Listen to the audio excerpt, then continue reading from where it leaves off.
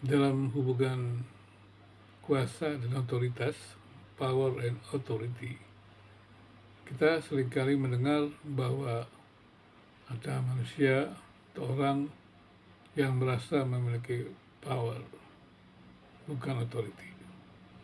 Padahal yang namanya authority atau otoritas adalah ketika seseorang itu melakukan sesuatu yang benar dan kemudian kebenaran itu sendiri menyatakan dirinya. Atau ketika dalam dalam Kristen, ketika Roh Kudus itu datang, dikatakan di situ memberikan kuasa. Atau kalau Roh Kudus datang, kamu akan menerima kuasa. Dan istilah kuasa itu sebenarnya di situ adalah otoritas, bukan power.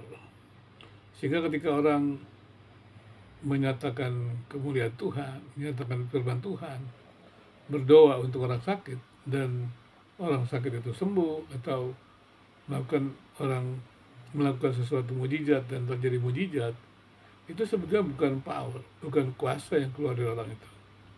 Tapi orang itu menyatakan kebenaran Allah, otoritas Allah, dan pada waktu itu kuasa Allah sendiri yang menyatakan, bukan orang itu, kuasa Allah yang menyatakannya. Manusianya atau orang itu tetap manusia. Dia tidak berubah menjadi Allah, dia tidak berubah menjadi orang yang maha kuasa.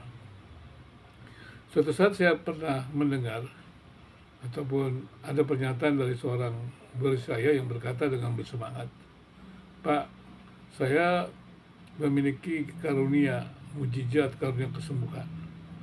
Dan setiap orang yang saya doakan, baik itu sakit flu, pilek, demam, sakit kepala, jantung, ginjal, disembuhkan oleh." Saya bilang, "Bagaimana kamu tahu bahwa doa-doamu itu yang menyembuhkan?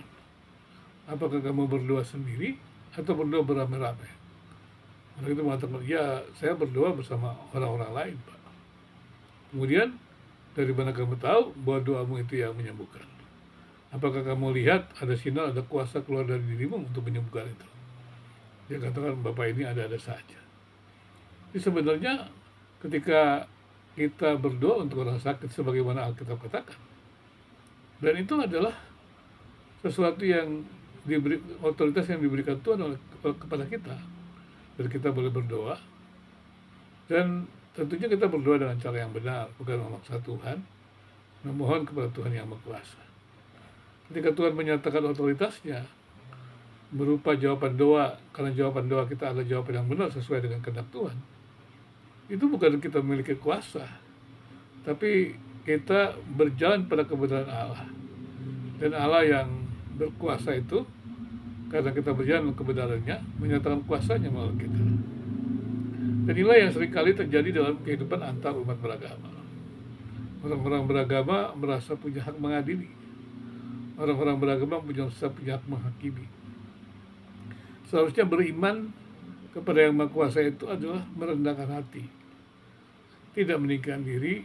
Beriman kepada yang Maha Kuasa itu menyatakan ketidakmampuannya, menyatakan dirinya tidak ada apa-apanya, hanya bergantung kepada yang Maha Kuasa itu.